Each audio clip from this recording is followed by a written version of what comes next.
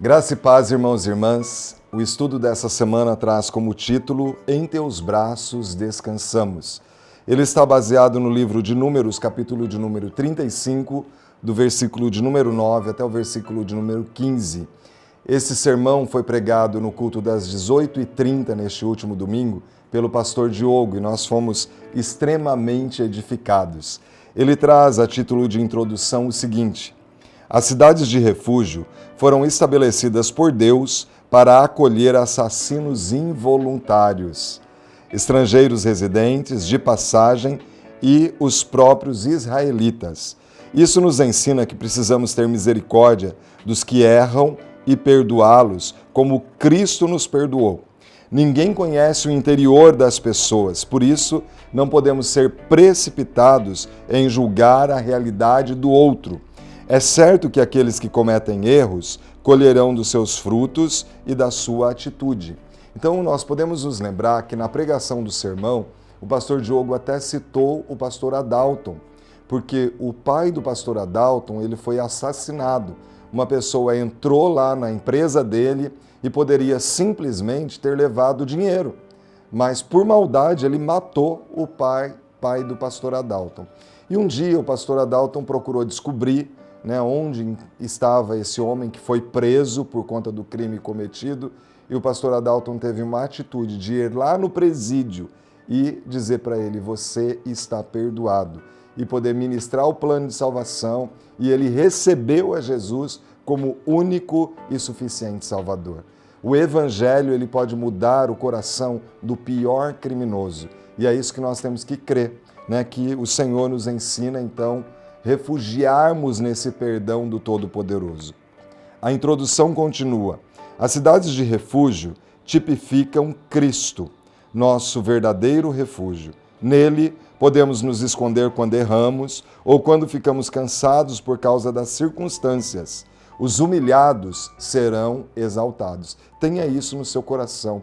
Ministre isso na sua célula, que muitas vezes, para nós sermos exaltados, é preciso que nós tenhamos uma posição de humilhação, como Cristo, que se humilhou e se tornou em corpo, Ele se encarnou e foi até a pior consequência, a morte e morte de cruz. Então, ele é o nosso modelo. E aqui diz que, além dos humilhados que serão exaltados, também diz aqui que os tristes serão consolados. Se quisermos viver em uma vida plena em Deus, devemos permanecer junto ao sumo sacerdote. Jesus é esse sumo sacerdote, que é Jesus. Conforme afirmou o autor aos Hebreus, no capítulo 6, versículo 18. Por meio de duas coisas imutáveis, nas quais é impossível que Deus minta, sejamos firmemente encorajados, nós que nos refugiamos nele, para tomar posse da esperança a nós proposta. E é sobre isso, então, que nós vamos compartilhar no nosso estudo. Tem 3 questões aqui para reflexão. A primeira delas é: pensando em Cristo como nosso refúgio, de que forma podemos, como pais ou discípulos, deixar um legado à posteridade? Ele deu aqui 2 possibilidades de reflexão. Aqueles que têm filhos biológicos ou adotaram filhos e são pais, como que nós podemos deixar um legado, ou uma vez que nós somos discípulos de Cristo e nós também formamos outros discípulos, como que nós podemos deixar um legado? O legado que nós podemos deixar é o modelo de Cristo, que quando nós enfrentamos lutas, tribulações, nós devemos perdoar como Cristo perdoou, nós devemos nos refugiar nele, clamar a ele a sua intervenção, o seu milagre, crendo que Jesus é o nosso modelo. Ou seja, o legado é: eu transmito às minhas filhas, por exemplo, aos meus filhos espirituais, que nós não somos perfeitos. Nós podemos até muitas vezes, por causa da nossa natureza pecaminosa, falhar, mas nós procuramos agir como Cristo agiu, perdoando, tendo atitudes coerentes, deixando a mentira, sendo verdadeiros como Cristo é verdadeiro, buscando a santificação e reproduzindo nas nossas atitudes que Cristo teria. Jesus, nos seus negócios, ele trapacearia? Não, então eu não vou trapacear. Jesus seria fiel à sua esposa? Sempre foi. Jesus nunca se casou porque um dia vai acontecer as bodas do Cordeiro. Então ele nunca se casou por isso. A sua noiva, que é a igreja, vai se encontrar com ele, que é o noivo. Então o nosso modelo é Cristo. Nos refugiamos nele. A segunda questão: as redes sociais são um nicho de julgamento e críticas destrutivas. Como devemos exortar as pessoas que estão no caminho errado? Uma frase para ajudar nessa questão: também pregar com seriedade a meia volta, a conversão, e condenar durissimamente o pecado, não é julgar. É uma frase, de um autor chamado Fritz, e eu e você temos a oportunidade de comentar. Ou seja, não é porque a pessoa lá na internet ou ao nosso redor, ela está agindo de uma forma incoerente com a palavra e muitas vezes até sendo politicamente correto, eu e você temos que ficar com a palavra. Nós não vamos adulterar na nossa vida princípios da palavra. Nós vamos agir, de novo, como Cristo agiria. Então, muitas vezes, nós excluímos as pessoas, nós devemos sempre lidar em amor. Jesus rompia as barreiras pelo amor. Nós devemos amar as pessoas, mesmo elas sendo pecadoras, mas não amar o pecado que elas cometem. E aí, talvez a melhor forma seja tendo atitudes amorosas para conquistar o coração daquela pessoa. Nem sempre o melhor caminho é ir pelo caminho da afronta, mas talvez lançar perguntas que façam pessoas refletir sobre as atitudes que elas estão tendo. Às vezes, nesse momento, não é muito coerente da nossa parte tomar partido por um ou por outro lado. O importante é nós agirmos como Cristo agiu em cada momento. Jesus teve um momento que ele foi mais impulsivo, teve um momento que ele recuou, teve um momento que Jesus lançou nas mãos das pessoas a decisão. Lembra a mulher que foi pega em adultério? E ele falou assim, olha, quem não tem nenhum pecado, atire a primeira pedra. Ele devolveu para eles a decisão. Então, muitas vezes, a gente precisa pedir ao Espírito Santo, Espírito Santo de Deus, me mostra como eu devo lidar com essa situação.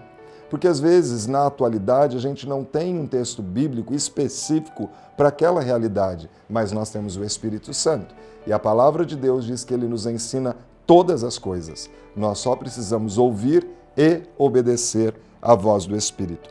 Questão 3. Se Cristo é o nosso refúgio, como podemos lidar com a ansiedade dos tempos que estamos vivendo?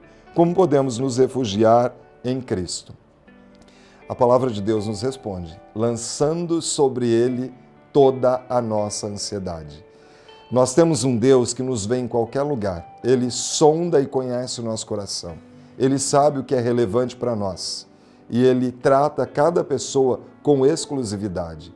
Ele sabe dos meus choros, dos seus choros, das suas lágrimas. E quando nós vamos a Ele, o Espírito Santo, que é o Consolador, ministra ao nosso coração. E como que nós vamos a Ele? Por meio da oração, colocando diante do trono da graça as nossas lutas, os nossos choros, as nossas lágrimas, as nossas dificuldades, as nossas decisões, os nossos medos. Nesses tempos de pandemia, quantas pessoas inseguras, quantas pessoas com medo e até tendo seus surtos, não é? Quando eu e você lembramos que Jesus é o príncipe da paz, nós nos refugiamos nele, a paz de Cristo, que supera todo o entendimento, começa a tomar conta do nosso coração. O salmista, no Salmo 91, diz que nós devemos nos refugiar à sombra do esconderijo do Altíssimo. Quando nós nos refugiamos nele, nós podemos ter certeza de proteção, de livramento.